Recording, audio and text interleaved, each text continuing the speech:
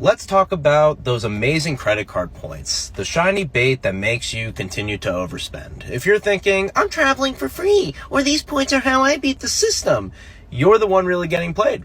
Unless you're paying off your balance in full every single month, those points are really just a big joke on your life. The average credit card interest rate right now is about 20%, and your points are worth maybe 1 to 2%. So you're paying $20 in interest to earn $2 in rewards. That's not winning. It's terrible math. And those spend $3,000 in 3 months to get 50,000 points deals. The translation is blow money you don't have to earn rewards that won't even cover the interest you're racking up. So meanwhile, credit card companies are making billions, laughing all the way to the bank while you're bragging about your free latte. If you're disciplined and pay off your balance every month, fine, use the points. But for most people, credit card rewards are really just a trap. Get rid of your debt, stop overspending, and stop letting banks hustle you. Keep building, keep growing. Till next time. The trap of credit cards is getting you to think spending more and getting and earning rewards is a good idea. That's how they keep you with a balance. That's how they keep making 25 and 30% off of you. That's how they keep you flying on trips and traveling and airlines and this and that and Uber Eats. It's all a scam. It's all a scam to get you to use their system that is meant to trap you in the black hole. You have to get it out of your mind that you think these rewards are going to be life-changing and you're saving so much money on these rewards. Because I guarantee you and I promise you, you're not. Cancel the credit. I got a couple friends telling me that they messed up their credit when they were like younger because they were applying to an H&M credit card or a Forever 21 credit card. Would you recommend one of those to start with? Never. They're going to look at your report and they're going to be like, store credit cards are the lowest tier when it comes to just in general helping your report. Because one, like it's a store credit card, something that's just limited to that place itself. Or two, it's like they give you super low limits. Like I've not seen someone with a 20K, 30, 40K limit on a store card. They'll ideally give you like $300, $400, and that's really low in terms of store credit. So when you're trying to go ahead and apply for another card, they're going to go ahead and see, all right, well, let me see what your current credit cards are. Let me see your limit. And what they do is comparable credit. So they'll be like, oh, you have a $400 credit card with this store. We're going to do something similar. We're going to give you a $300, a $400. Man, the damn credit card is a trap. Everybody fall for the trap. First of all, you got so many people online talking about credit cards and debt. Like, man, these people gonna have you messed up out here, and you want to know why? Because most people are spending money that they don't have. And why would you go charge $5,000 on a credit card if you don't have $5,000 in cash? Hell, if I'm gonna go charge $5,000 on a credit card, you better believe I got $15,000 sitting around somewhere. And like I said before, it's the biggest trap. Let me tell you guys about a client of mine and how she found herself in some serious credit card debt. I'm Larisha, the money coach you didn't know you needed, providing you practical advice for your money and your life. So let's get into it. So this particular client had the best interest in terms of using her credit card, right? Like she wanted to use her credit card in case of emergencies, which we talked about and we had worked through. But then she was like, okay, well, I want to keep it for the points and I want to be able to use it, pay all of my big expenses on it, and then I'll pay it off, but I'll still get the rewards and the points that I'm hoping to achieve. So she begins to use her credit card to pay her rent, her utilities, her food, her gas, pretty much anything that she could put on her credit card and get points for, she started to use her credit card for. And then unfortunately, a couple of months into this, her husband was diagnosed with a very rare medical disease, and it was a chronic disease. So this was something that they were going to be dealing with for a long time coming. When this happened, of course, there are immediate needs that they needed to take care of, but then they also wanted to try some more, like what are the remedies called? Like more of the natural natural remedies in terms of his treatments and things like that. So these cost a lot of money. And so the money that she was going to use to be paying off her credit card with her rent and all these things on it ended up being used towards these medical treatments. And she put some of those medical treatments on her credit card. So y'all can deduce what happened next. Now she doesn't have the money to pay her credit card, and she continues to have these reoccurring medical expenses. And of course, her bills don't stop just because there is a medical, challenge that her family is dealing with. And so in the span of, I kid you not, like 3 months, I believe it was, her credit card ballooned from like what was manageable, about $2,000 a month I think she was keeping on it, which we were working through, but it ballooned to about $14,000 in credit card debt because she was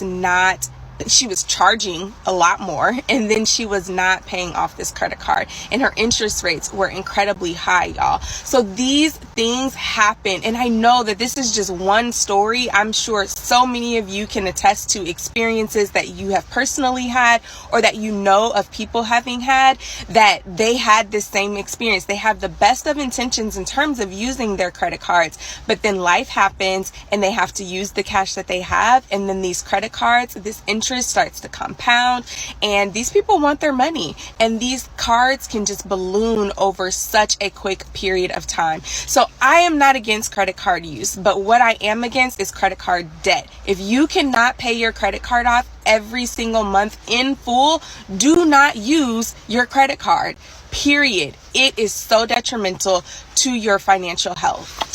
If you're currently experiencing challenges with your credit card, drop a note in the comment. I would love to work with you to be able to help you and just hold you accountable to what it is that you want to do in terms of your financial goals. All right, until next time. I'm curious for anyone who's ever like in bulk paid off debt. Me and my husband, after a lot of planning and thinking, have set aside money and we're going to pay off our debt, his card and my card. It's no astronomical number, but it's a chunk. And today I did mine, so I have his like banking and routing and account number. Went on their website, it's Capital One, and logged in and paid off my debt. Within mere seconds, and I'm not kidding you, seconds, I got a text saying my card is on hold or like suspended for fraud alert, and to please call them and blah blah blah. So I call, and when I tell you, it was 45 minutes. We had to call my husband, patch him in on the line. We then had to call his bank. So the guy from Capital One patched in his bank. So there was 4 of us on one phone call. He had to give every last detail down to like the last time he took a piss, I guess, to confirm it was him, which I can understand, security reasons. But now the card's paid off and they've put it on hold. Like I'm in trouble almost while they review the payment because we paid off debt. You can apply for a card, no issues, and get the card and charge it all day, no issues. Never had them call and be like, was this you that just was at Ross? No, I can charge it all I want, but when you go to pay it off, it's like you're being punished. And I get how credit works. Like, it's a credit line, so if you don't have credit, I get it. But like my sister was telling me, you can like, your credit score can go down from paying off debt. Like, we're literally trapped. Like, keep the debt. You have a bad credit score if you're not paying it. You know, all these things, the principal. And I protect my credit with my life. Like, it's always been good. I've always paid on time. And now I'm fearing it dropping for the first time in my life because I literally zeroed out my debt. And I'm in a good standing with them. Someone make it make sense, please. Credit cards are marketed so heavy, like right when you turn 18, and most people don't understand how much of a trap it can be, right? So you get credit cards that sell you or market you on points and travel and free cash, and and even companies do this now. It's like, oh, you can't afford it? All good. Yeah. Layaway or payment plans. It's like all of that is to trap you. Yep. Because the interest that you're paying is insane. Yep. If you're gonna use a credit card, which is it is important to have credit, only buy things that you can pay for, pay the thing off every month. That like little hack alone, you're gonna do great. Sir, your total is gonna come up to $200. However, we do have a discount of $30 if you're interested. Let me guess, if I apply for your credit card, you're gonna give me that $30 discount, aren't you? Yeah, exactly. How did you know? Well, every store offers something similar, so it's a little bit obvious. But no thanks, I'm good. Are you sure? It's a really good deal. Yeah, no thanks. Store credit cards are just another way for the consumer to spend extra money in the store, and they don't even offer good benefits anyway. The only real benefit that we get is the discount in the store. However, the interest rates are really high and the late payment fees are super expensive. Another negative perk is that some stores only let you use that credit card in their store. Yeah, you got us. Unless you're planning to buy consistently in our stores, that credit card is not... Anytime I was looking to rent a new place, I would have to pray that the landlord would not want to do a credit check. I was paying more for utility deposits and car insurance, not to mention the threatening letters, the never-ending phone calls, and the fear of having my tax refund check intercepted every single year. So let's fast forward 10 years, and now I'm 33. I am newly divorced again, and now I have 2 daughters to raise. I also had managed to sprinkle in a little student debt onto my credit report. I did have what I would consider a better job at this point. It had a consistent paycheck at least. So I decided that I was going to take care of my credit report once and for all and get it all cleaned up. I read this book called Good Credit is Sexy. Yes, I know, the name sold me too. And I actually followed the advice. So credit is a really, really nasty trap. And there are some people here who need to hear that word to cut up your credit cards. Okay? To give you a sense of how motivated this industry is to get you to open your credit card and use it. I had to take a trip to the Middle East a couple of months ago. And I didn't have any appropriate clothes because this is what I wear every single day. So Sohi and I, we go to the Stanford Mall and we're at Banana Republic, and I think we're trying to buy a sport coat. It was Saudi Arabia, so it's got to be appropriate for the desert setting. And we get to the front. It's like, do you have a Banana Republic credit card? And so he's like, no, we don't have one. I'm like, we don't have one. And they're like, well, if you had a Banana Republic credit card, you can get 30%, I think maybe 30 or 40% off today, this purchase, right? I was like, wow, that seems like a really good deal. Oh, but we don't have a lot of time. My credit's locked. I don't want to go through it. The store manager literally said, because we said, the store's closing at 7 and it's 6:55, so we don't want to delay you guys. She literally looked us in the eye and she said, if you're going to open a Banana Republic credit card, we will stay open as late as you want today. Okay, that's how motivated the company is to get you to open a credit card in the hopes that you'll buy stuff in the store and you'll revolve and pay some late fees that will enable them to make money off of your carelessness. Everyone is living in debt. Everyone. I think it's like 85%. Which is? They carry some type of debt. I'd probably say 95% of people have had debt in their lives as an adult, because even the wealthiest people have debt.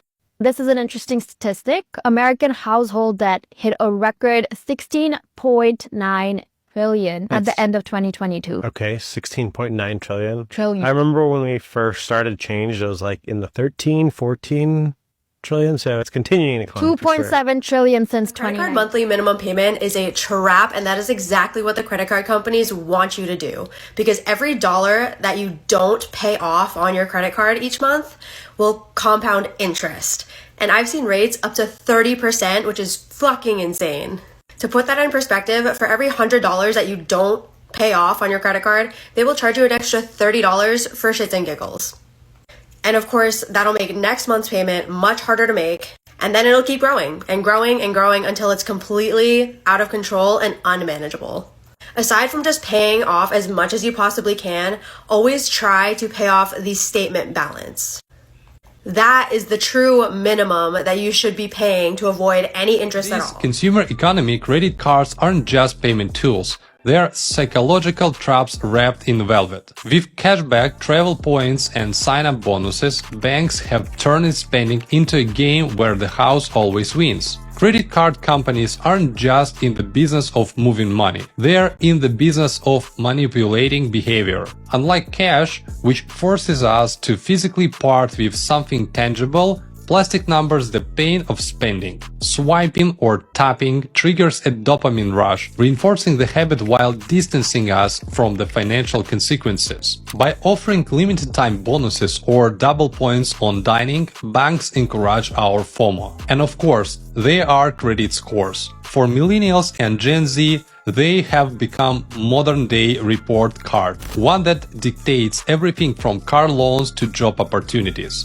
Banks know this, which is why they've turned building credit info a mandatory right of passage. Right? We leave them open, just in case. But next thing you know, life continues to happen. Now you're charging the credit cards up again. Now you're charging the credit cards up again, and now you have your first mortgage, second mortgage, and your credit cards are being maxed out again. So what does that do? That $800 that you were saving, now you're $800 more per month than you were paying before. That's not a good look, man. This is what happens. So now the first thing you stop paying is usually credit cards, right? They get late.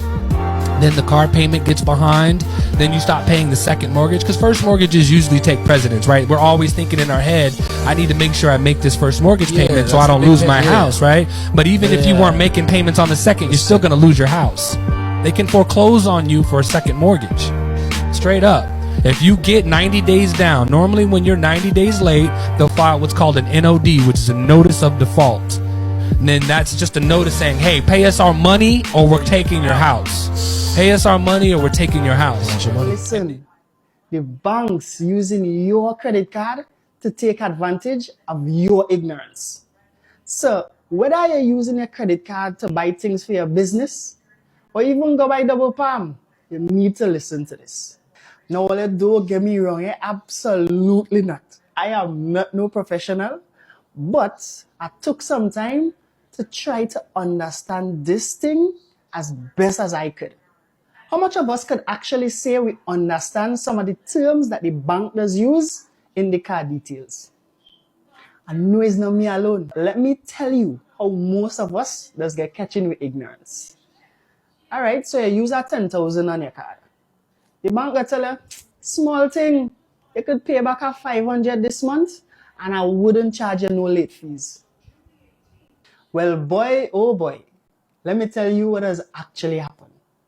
So you decide that you're paying your minimum amount, which is 500. All right, no late fees for you. But the bank's still slapping you with 2% of your remaining balance. But you're watching that like small thing. So you decide you're paying your minimum balance every month. 1 year later, you would have already paid almost $2,000 just in interest. And you would still owe them almost $6,000. That is how they're winning. So trust me when I tell you, it only have one way to use the people credit card. Clear off your statement balance before your due date. The money is not yours. It's a short-term loan that could easily turn into a yearly interest of 24%. Let's get real. What is so hard about not spending money you don't have? Average American household carries over $7,000 in credit card debt and pays over $1,000 a year in only interest of the credit card. There are two solutions to this problem. Number one, don't spend money you don't have. Number two, make more money. By not spending money you don't have, what exactly do I mean? Of course, we leverage debt to do investments, grow a business, etc. But pay attention to the statements. Pay attention to the interest they're charging you. Pay attention how much a month you're paying actually goes to the principal of the account. You're probably doing a $300 payment and only like $40 are going to the principal. Makes sense why our debt never ends. Number two, side hustle. Low investment and high return. I am in the highest paid industry, finance, common money, to see if you are. Every time you can get your money back? Think again. Here we go. You pay full price, then the chase just split your own money to the payments with an interest. So basically you just turn your own purchase and debit? is not a benefit, this is trap. Think twice till you activate this plan. All right, here's a list of propaganda I will not be falling for. One is Uber Eats, DoorDash, all that. It's supposed to be convenient, but you're actually spending 40 to 70% more on things at fast food places. And keep in mind you, fast food exists because the food is fast. So you want something more convenient? That's crazy. Like, let's not be a big back. Like, if you're gonna be a big back, at least get your steps in, walk to the restaurant, and get work up to that 10,000 steps a day. Why sit at the comfort of your house when you can go get some exercise in? Don't be a big bag. Come on now. Number 2, Amazon Prime. You're supposed to be paying $139 so you can save on shipping. No, you're buying this product so you can be an impulsive shopper. This just makes you spend more money unnecessarily on things you don't really care about, cluttering your mind, disrupting your budgets, making you broke. Number 3, and I will die on this hill, credit card points. Many people don't actually know how to utilize credit card points in a way that's productive. What ends up happening is it encourages you to spend way more money than you ever would have chasing points for some kind of travel hack or whatever, yada, yada, yada, this, that, and third. Now, all of a sudden, you're carrying balances at the end of each month at 20, 30% interest rate, and you are now going to pay more for whatever you paid for, about 20 or 30% chasing some points. If you're going to do it, actually be a professional, study the game, but most people fail and the banks are winning here. You think the banks are just doing this for fun? No, they're doing this so you spend more money. Don't fall for that. Don't fall for that. No, don't do it.